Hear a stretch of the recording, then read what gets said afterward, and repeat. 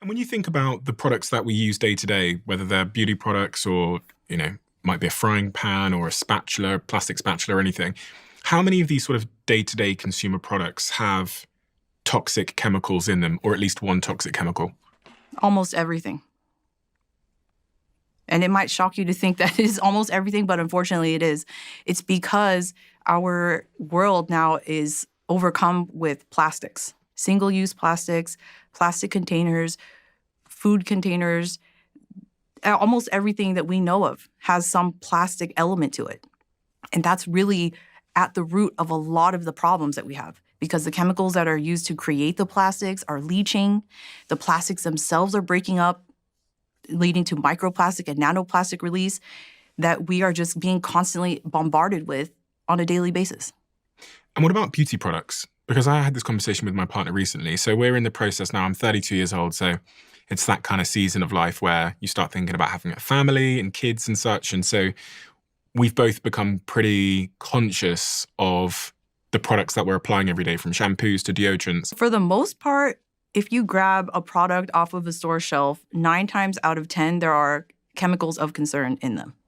And we're talking about major retailers, big box stores. If you go to smaller, let's say, health food stores and chains like that, then the percentage is much lower. So you have a better chance of getting a safer product at a health food store. And before we get into it, can you give me an overview of your personal education and the career journey you've traveled that have resulted in the wisdom that you have now? Yes, so I am a PhD toxicologist. I started studying reproductive toxicity in the laboratory as an undergrad, and we were looking at the effect of environmental chemicals that are pretty much everywhere in the environment. They're the products of combustion, so the combustion of gasoline in cars, in cigarettes, in cooking. So some of these chemicals, and we looked at the impact of them on the reproductive system in males and females. And what we saw was pretty striking, such that when the animals are challenged with these chemicals and they're pregnant, then the offspring, not only the daughters and the sons, but also the grandchildren are impacted by the grandmother being exposed. How does that work? So when a woman is pregnant with a female daughter, her developing ovaries, which will then someday contain the eggs that will then become the grandchildren, are also in the same environment as the mother. So what the mother is being exposed to, the baby is also being exposed to, and also her grandchildren are being exposed. So if a mother is exposed to toxins, her baby's babies are being exposed to those toxins. That's exactly right. So there's sort of a generational toxification of people. Yeah, that's called multigenerational toxicity. And it even goes a step further, transgenerational. That's when great-grandchildren can be impacted, because what's happening in utero is epigenetic changes, so changes to our DNA that are then being passed down through our progeny. So great-grandchildren, even if they live a perfectly clean lifestyle and haven't been exposed to toxins, could have already been genetically predisposed to developing some of these conditions. Are there particular toxins that you think are especially susceptible to this sort of transgenerational passing down through mutations in our DNA? Yeah, it's the endocrine disruptors. Things like phthalates, bisphenol, PFAS chemicals, a lot of the endocrine disruptors that some people are familiar with, other people are not, but that are found in our everyday products, like nonstick cookware, the makeup and cosmetics that we're using, the plastic containers that we're buying food in. What is an endocrine disruptor? Explain that to me like I'm 9 years old. Okay, so in the human body, we have 8 endocrine glands. So they're little centers in our bodies, and they secrete hormones. And these hormones regulate pretty much everything that you can think of. So from sleep, wake, digestion, to how well your brain works, cognition, to metabolism, so how quickly you can burn calories, how much fat you deposit, how much fat you can lose, and also your fertility, if you're able to have children someday. So endocrine disruptors are coming in, and they're basically disrupting. Like, just as the name indicates, they're throwing the balance off, they're messing up with the signaling, they're causing everything to go haywire in our bodies.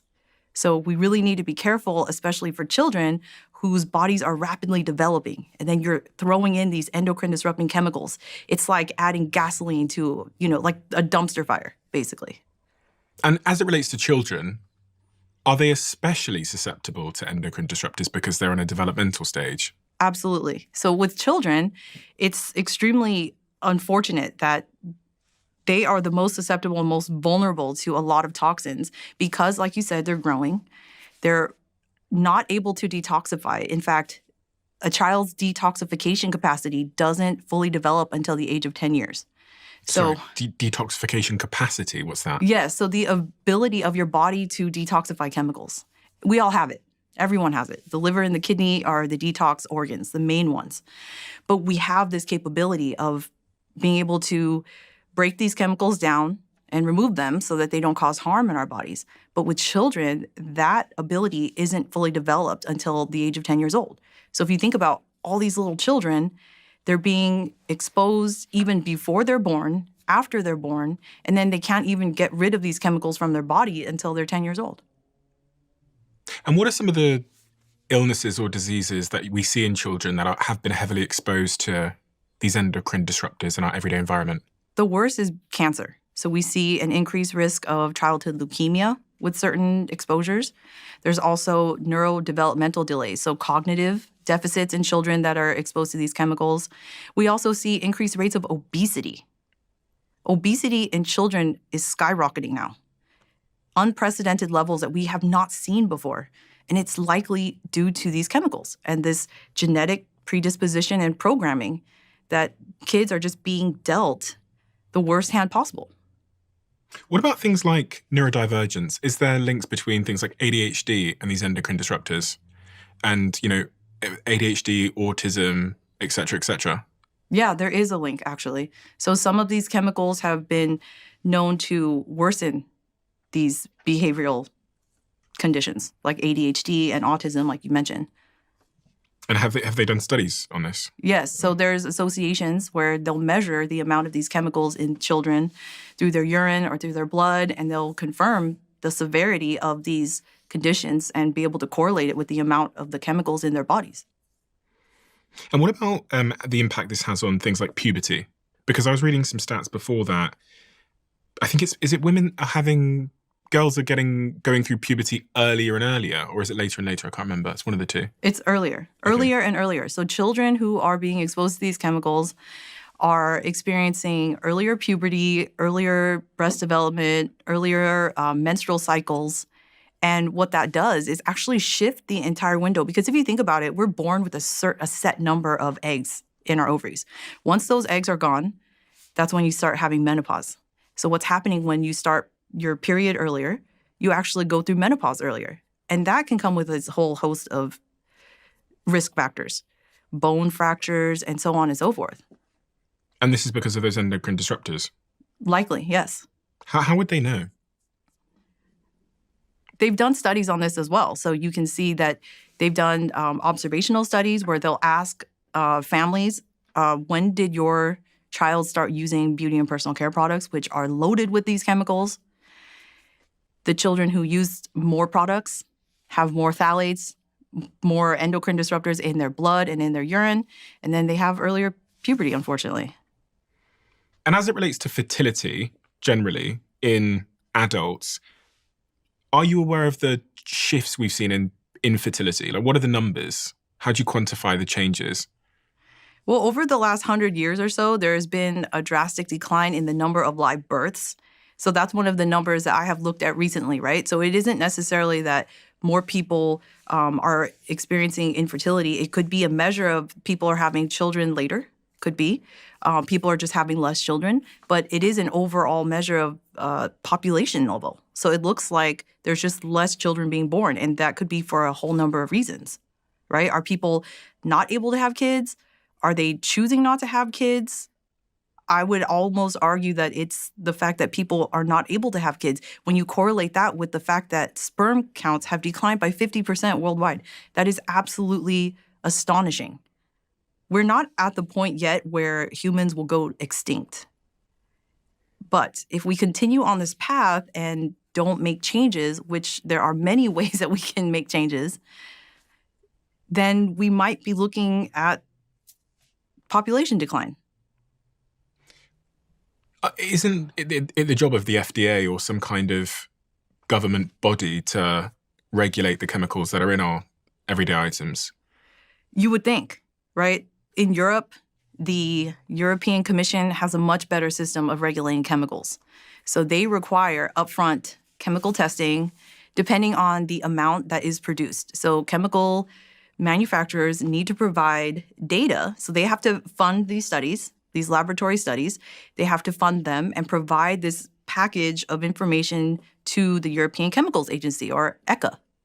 And once they do that, then based on the amount that they're producing, you have to give more information. You have to have more testing, such that if you're producing several metric tons of a chemical, you've got to do a whole bunch of studies to really prove that it is safe, not only for people, but also animals and the environment, that it's not going to be something that is persistent, that builds up, that can't be broken down, that starts to accumulate, because that's what we're seeing now with some of these chemicals. And that's really the problem, is that they don't break down, they don't go away, they don't disappear. So then what happens? It basically disrupts the entire ecosystem of the planet.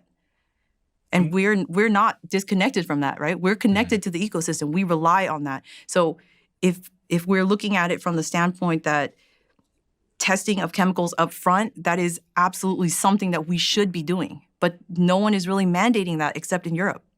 Why don't they mandate it in other parts of the world like the United States?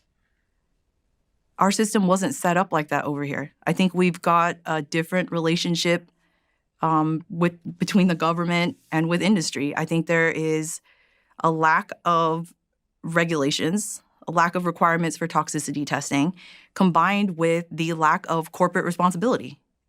So a lot of these manufacturers don't want to have to foot the bill and pay millions of dollars to have testing only to show that this chemical that they are so excited in love with can't be used because it's toxic. Do you think it is malicious and intentional in terms of, do you think there's a concerted effort to make sure that the government doesn't increase regulation on these industries so that they can continue to produce low-cost items that have long shelf lives and are cheaper? I would hope not, but it's looking like that. If you love the Diary of a CEO brand and you watch this channel, please do me a huge favor. Become part of the 15% of the viewers on this channel that have hit the subscribe button. It helps us tremendously, and the bigger the channel gets, the bigger the guests.